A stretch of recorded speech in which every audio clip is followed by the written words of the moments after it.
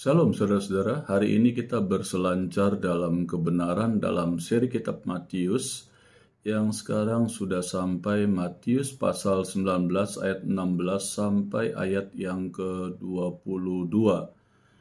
Perikopnya saya beri judul Pemimpin Muda yang Kaya. Saya bacakan ayatnya. Demikian firman Tuhan, ada seorang datang kepada Yesus dan berkata, "Guru, perbuatan baik apakah yang harus kuperbuat untuk memperoleh hidup yang kekal?" Jawab Yesus, "Apakah sebabnya engkau bertanya kepadaku tentang apa yang baik? Hanya satu yang baik, tetapi jikalau engkau ingin masuk ke dalam hidup, turutilah segala perintah Allah." Kata orang itu kepadanya, "Perintah yang mana?" Kata Yesus, "Jangan membunuh, jangan berzina, jangan mencuri, jangan mengucapkan saksi dusta. Hormatilah ayah dan ibumu dan kasihilah sesamamu manusia seperti dirimu sendiri." Kata orang muda itu kepadanya, "Semuanya itu telah kuturuti, apalagi yang masih kurang?" Kata Yesus kepadanya, "Jikalau engkau hendak sempurna, pergilah, jualah segala milikmu dan berikanlah itu kepada orang-orang miskin, engkau akan beroleh harta di sorga. Kemudian datanglah kemari dan ikutlah aku." Ketika orang muda itu mendengar perkataan itu, pergilah ia dengan sedih sebab banyak hartanya. Saudara-saudara, dari seluruh Injil yang menceritakan tentang orang muda ini, karena memang ada 3 kitab Injil yang menjelaskan tentang anak muda ini, saudara, anak muda yang kaya, dia sudah kaya, pemimpin lagi ya. Ada di dalam kitab Markus pasal 10 ayat 17 sampai ayat yang ke-27, ada Lukas pasal 18 ayat 18 sampai 27, saudara, di mana di situ dijelaskan tentang anak muda ini. Kisah ini mengajarkan salah satu pelajaran yang paling dalam, karena dari sini terkandung seluruh atau ajaran dasar landasan perbedaan antara pemikiran gagasan yang benar dan yang salah tentang agama. Orang datang kepada Yesus mencari yang disebutnya hidup kekal. Orang datang sedang mencari kebahagiaan, kepuasan, damai dengan Allah. Namun susunan pertanyaannya bertolak belakang sama sekali, saudara. Anak muda ini bertanya, "Apa yang harus aku perbuat?" Ia sedang berpikir mengenai perbuatan. Ia seperti orang Farisi yang berpikir mengenai memelihara peraturan dan ketetapan yang agama yang dibuat. Ia sungguh tidak mengerti atau mengenal agama yang disebut anugerah atau religion of grace. Maka Yesus berusaha memimpinnya, mengajarnya, memberikan pengertian kepadanya atau sudut pandang yang benar. Yesus menjawabnya pertanyaan dari anak muda itu, yang berkata, "Perbuatan baik apakah yang harus kuperbuat?" Nah, Yesus ada beberapa hal yang Tuhan Yesus ajarkan tentang memakai kerangka pikiran orang atau dari anak muda itu memberikan jawabannya. Yang pertama dia menyuruhnya untuk mematuhi perintah-perintah Allah, yaitu 5 hal dari dasar titah, saudara. Ada 2 hal penting yang saudara harus mengerti tentang dari 5 dasar titah yang dikutip Tuhan Yesus di dalam kitab Matius pasal 19 ayat 16 sampai 22 ini. Yang pertama, itu semua perintah dari bagian kedua dari dasar titah atau 10 hukum Taurat yang berkaitan dengan kewajiban terhadap orang lain, bukan terhadap Allah. Ya, jadi 10 hukum Taurat dari hukum yang ke-6 sampai hukum yang 10 itu hukum yang diajarkan oleh Allah untuk hubungan sesama manusia, saudara. Itulah perintah-perintah yang mengatur hubungan pribadi kita dan sikap kita terhadap sesama. Ini yang Tuhan ajarkan. Dan yang kedua, Yesus memerintahkan perintah yang kedua, yaitu menghormati orang tuanya. Jelaslah, saudara, waktu anak muda itu ditanya tentang untuk melakukan perintah-perintah dari Tuhan Yesus, jangan membunuh, jangan berzina, jangan mencuri, jangan mengucap saksi dosa, saudara. Anak muda itu dengan mudah, aku semua sudah melakukan itu, saudara. Dan Yesus jelas bahwa dia sudah melakukan perintah yang ke-6 sampai ke-10. Pasti harusnya dia juga melakukan perintah yang ke-5, menghormati orang tua. Tetapi menghormati orang tua ternyata dikasih yang ke belakang oleh Tuhan Yesus dalam penjelasan ini kepada anak muda. Dan jawaban anak muda itu sungguh luar biasa. Anak muda yang kaya itu telah menuruti semua perintah dasatita atau 10 hukum Taurat yang Tuhan Yesus perkatakan. Wah, jadi anak muda yang luar biasa sekali, saudara. Zaman sekarang anak muda, saudara, wow, saudara. Boro-boro, saudara, dia melakukan 10 hukum Taurat, saudara. Tahu juga enggak 10 hukum Taurat, saudara. Mereka berpikir suka-suka mencuri itu hal yang biasa, berbohong itu hal yang biasa, ya, atau berdusta. Apa salahnya berdusta? Apalagi ada ajaran dunia, ya, berdusta putih, dusta halus, ya dustalah dusta di hadapan Tuhan, saudara. Ya, di dunia ini parah sekali, saudara. Makanya sebabnya saudara perlu belajar firman Tuhan ini, supaya saudara mengerti, apalagi anak-anak muda yang menonton firman Tuhan ini, saudara. Kamu harus mengerti ini, bahwa hati-hati di hari-hari terakhir, kata firman Allah. Manusia semakin jahat. Kenapa semakin jahat? Karena tidak mengerti akan isi Alkitab, kata Tuhan Yesus. Sebabnya saudara perlu belajar. Ini anak muda, saudara lihat ini anak muda.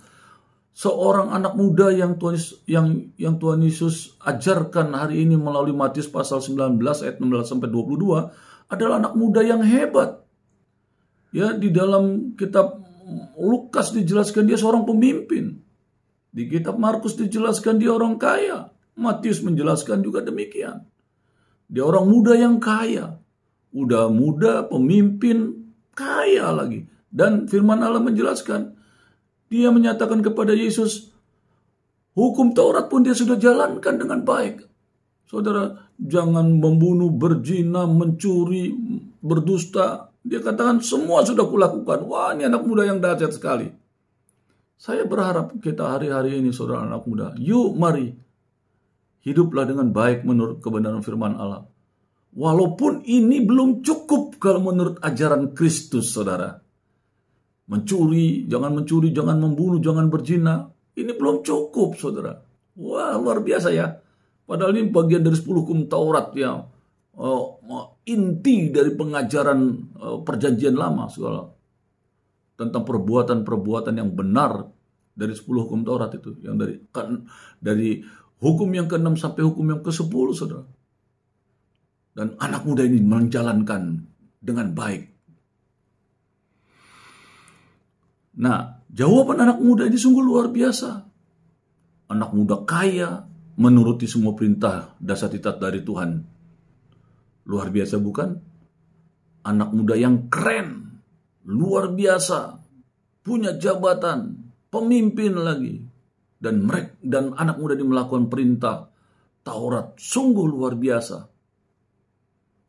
Namun saudara, pertanyaan yang ketiga, maka Yesus menjelaskan, karena kata anak muda itu di ayat 20, kata orang muda itu kepadanya.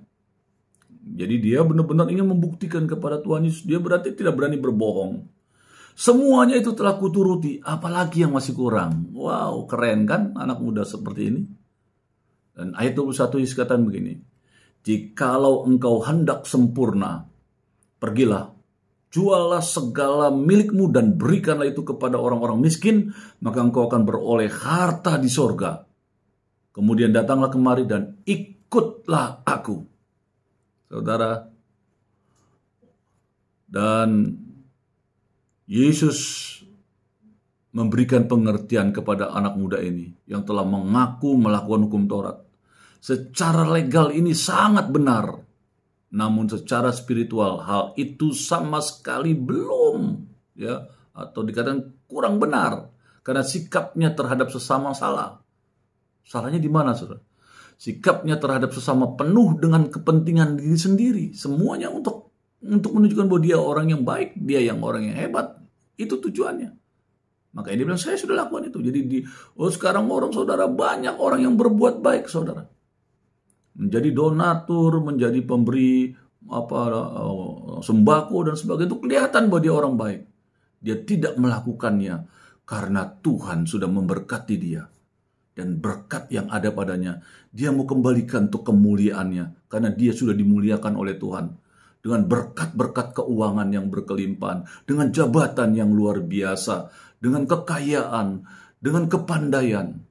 Jadi waktu dia menabur, atas kelimpahan yang ada, kekayaan, kepandaian, jabatan yang dia miliki yang luar biasa itu, dia lakukan semata-mata untuk kembali memuliakan Tuhannya yang sudah memuliakan dia dengan jabatan, dengan kekayaan, dengan kepandaian dan sebagainya.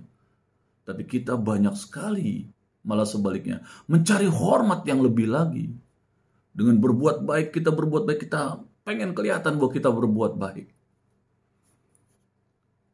Pengajaran yang tidak pas dengan prinsip-prinsip dunia, karena orang-orang dunia sekarang berbuat baik difilmin, masukin video, masukin YouTube, saudara, dan berita-berita supaya kelihatan bahwa dia adalah orang baik. Itulah sebabnya Yesus menghadapkannya dengan tantangan yang luar biasa.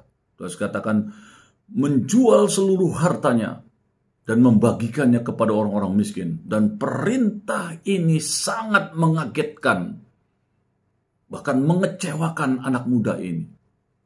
Firman menuliskan, anak muda yang kaya tersebut pergi meninggalkan Yesus dengan bersedih hati, sebab hartanya banyak.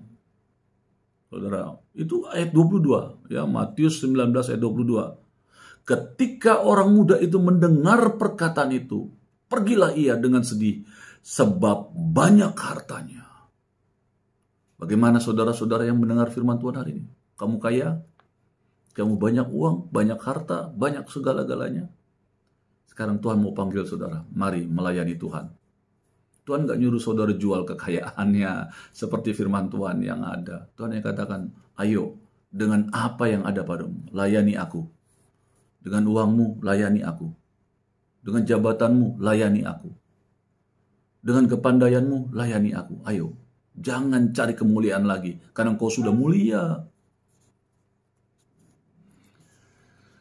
Jika seseorang memandang harta sebagai sumber kesenangan, saudara, atau kenyamanan sendiri, orang itu sudah terbelenggu pada hartanya, sehingga tidak ada yang dapat memutuskannya.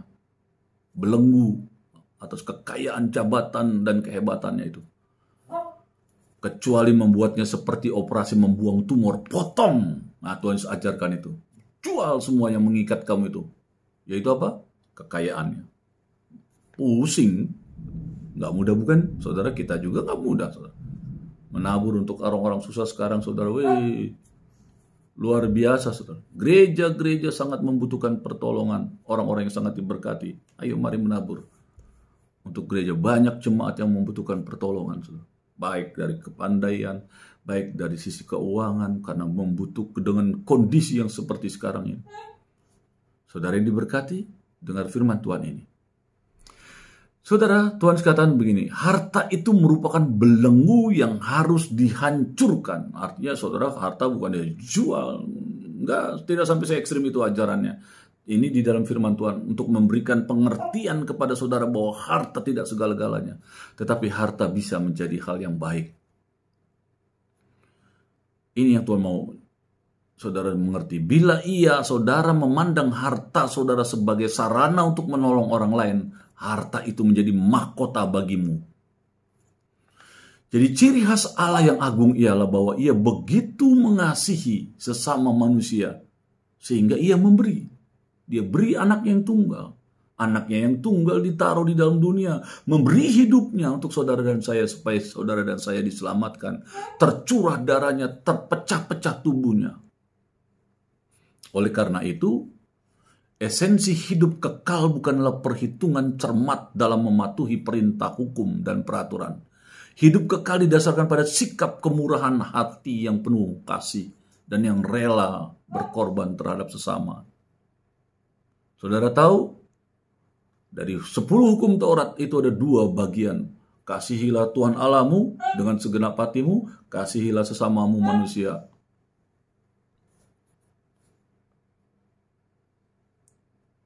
Jadi mengikut Yesus sama dengan melayani sesama dalam kebaikan dan kemurahan.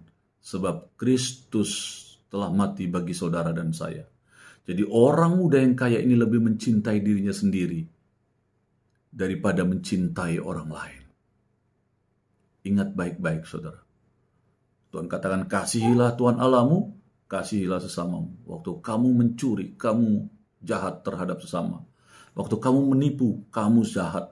Waktu kamu berdusta, kamu jahat pada sesama. Waktu kamu berzina, kamu jahat kepada sesama. Saudara, hubungan suami istri itu dosa di hadapan Tuhan. Di luar yang seharusnya. Pria dengan pria di tempat lain. Bahkan pria dengan wanita yang bukan muhrimnya. Atau bukan yang seharusnya. Bukan istrinya, bukan suaminya dan berhubungan. Nah itu sangat-sangat berbahaya sekali. Ini dosa yang kalau sudah terikat, saudara tidak merasa lagi berzina itu dosa. Iya, bahkan firman Allah mengajarkan saudara baru melihat saja dan mengingini wanita. Kalau saudara seorang pria, saudara sudah berzina. Jadi kalau ada orang pergi-pergi ke tempat-tempat yang tidak benar gitu ya saudara. Orang-orang banyak perempuan-perempuan pakaian yang kekurangan pakaian itu saudara. Terus bilang bahwa saya hanya melihat saja tidak nafsu dan sebagainya. Saudara sudah datang ke situ saja sudah menunjukkan saudara dan niat yang tidak benar. Udah tahu tempat itu seperti itu. Ya jangan datang dong. Sehingga waktu saudara nanti melihat hal-hal yang tidak baik itu, orang-orang yang kekurangan bahan pakaian itu, saudara bilang, oh saya nggak nafsu. Tidak mungkin. Karena saudara sudah datang saja, sudah menunjukkan ada niatmu. Dan firman Allah katakan, engkau sudah berzina. Tanpa melakukan perbuatan zina saja. Dengan melihat saja, saudara sudah dosa di hadapan Tuhan. Ngeri ya. Jadi kalau saudara merasa itu hal yang biasa, kamu tidak mengerti firman Allah. Karena kamu sudah terbiasa hidup bergelimang dengan dosa, sehingga kamu tidak tahu apa yang kamu lakukan adalah dosa. Karena sudah sebuah kebiasaan. Mengikut Yesus sama dengan melayani sesama dalam kebaikan dan kemurahan. Sebab Kristus telah mati bagi mereka. Jadi orang muda yang kaya ini lebih mencintai dirinya sendiri daripada mencintai orang lain dan mencintai sesama. Siapa saja yang mengutamakan benda daripada manusia dan dirinya daripada orang lain, pastilah ia akan membelakangi Tuhan Yesus. Tidak mungkin Tuhan akan menjadi yang utama. Berselancar dalam kebenaran. Amin.